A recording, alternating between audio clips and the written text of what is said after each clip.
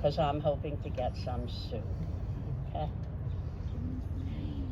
All year I am deprived of them, forced, if I choose, to swallow something called true blues. Those silicone-injected lessons in the evil of euphemism. Until mid-August Maine, when wild blueberries appear, and so do I, at every roadside stand, like some displaced urban bear, I lay in supplies for my city lair, where snow, when it appears, stays white for only an hour.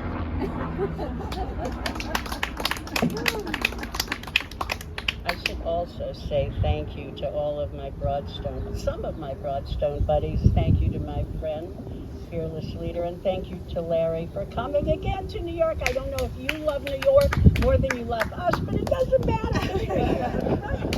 You know. You're a good excuse. Hey, you know? All right. So it is true.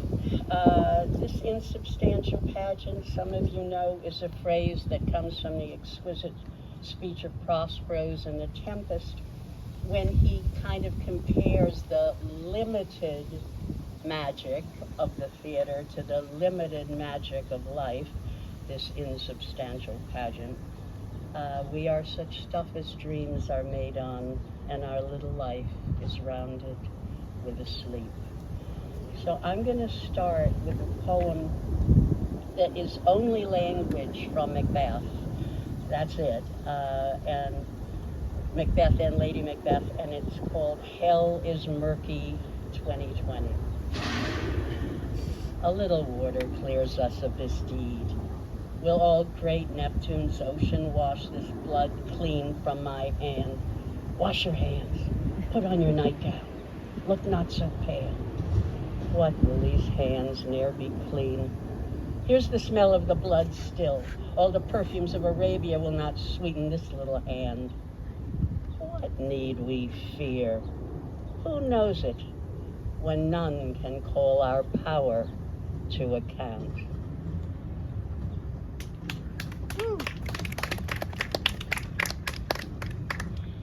As I look down on you, I love you, and the epigraph reads Summer 2020.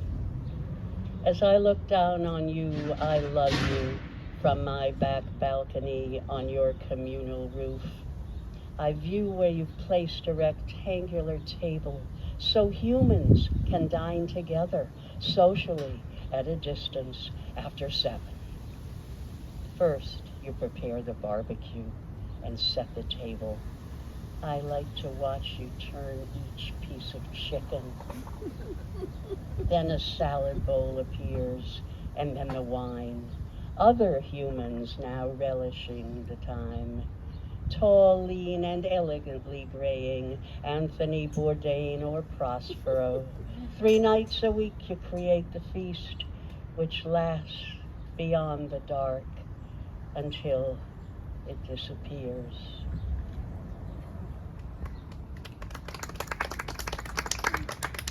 This is a little prose poem. You might recognize the title. It's called I Want to Be a Part of It.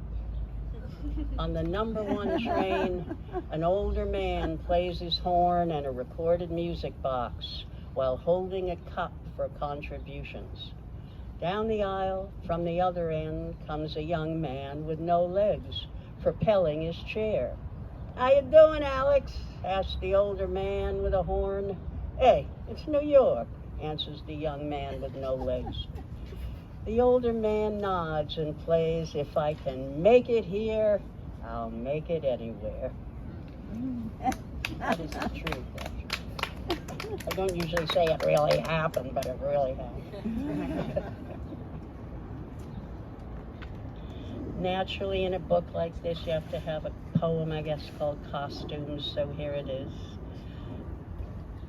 My mother made mine until I played a whore that summer in 3-penny opera drawer. It was the short black skirt she had to slit all the way up my thigh, not the fishnet stockings or the fuck-me pumps that stopped her. She didn't have to make them. I could buy the stockings in my father's store, or rather he could buy them. And I could borrow her pumps, which I still have. She's dead 5 years now, but when the doctors were keeping her alive, they had to amputate her still comely leg above the knee. When we had to empty her home, we found even more shoes than I remembered, although she'd stopped shopping for anything else years before and never went anywhere. You can tell a well-dressed woman by her shoe wardrobe, she used to tell me. My father told me he first saw her in a play called Street Scene, or was it Cry Havoc? She played in both. In both. Okay. Poem stretch. Poem is called Lying About Sex, but it actually has lines from The Crucible of Elizabeth Proctor interconnected with her interrogator. They didn't come together in the play, I put them together. I'll read you the epigraph last.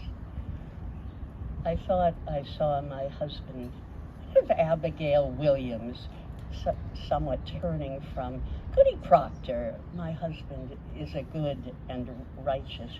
To your own knowledge, as John Proctor, I came to think that he fancied your husband. Did he?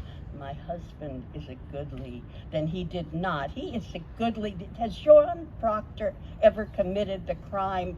Is your husband a lecher? No, sir. And the epigraph reads, Elizabeth, I have confessed. John Proctor.